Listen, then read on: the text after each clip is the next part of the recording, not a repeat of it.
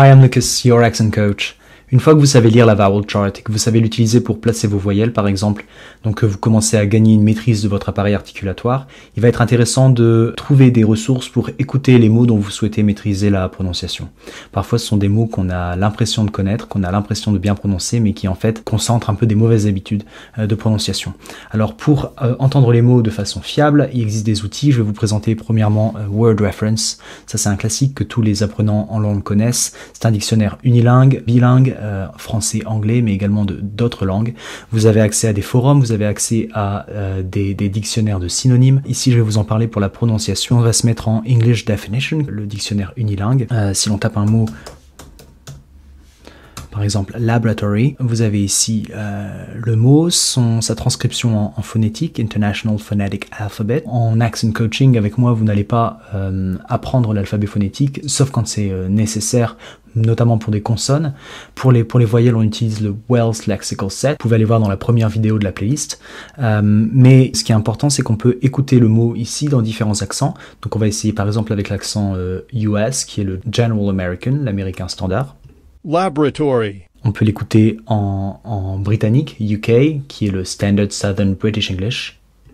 Laboratory. Donc là, vous remarquez que l'accent de mot est différent. On a en américain, on a laboratory, alors qu'en britannique, on aura laboratory. Mais la limite de word reference, quand il s'agit d'écouter les mots, c'est que vous ne les avez pas en contexte. Vous avez toujours une intonation tombante. Vous n'avez le choix qu'entre les accents, mais pas différents locuteurs. Pour entendre des mots, des expressions prononcées par différents locuteurs, il existe une ressource qui s'appelle Youglish, qui est le mélange de YouTube et English. C'est tout simplement un moteur de recherche qui vous permet de taper des mots, des expressions, des noms de lieux, et il se charge de trouver dans YouTube des locuteurs qui ont prononcé votre recherche.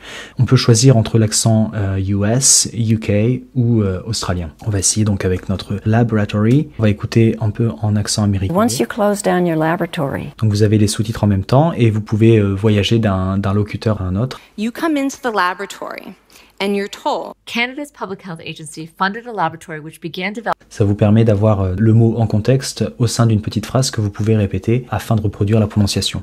On va comparer avec l'accent britannique. Provides us with a wonderful natural laboratory into the way that Futures Laboratory. He is a fellow of the Royal Society and the Learning. South Africa is a very natural laboratory. L'accent australien, on pourrait s'amuser à aller voir. Généralement, c'est plus proche de l'accent britannique que de l'accent américain. Disease laboratory is a reference laboratory, but I want to also say that our two laboratories. In the laboratory, the richest students were more like. J'espère que cette vidéo vous sera utile si vous souhaitez travailler sur votre prononciation à partir de ressources authentiques. Youglish est vraiment un outil très important. Thank you for your attention. Please like, subscribe and comment for more content.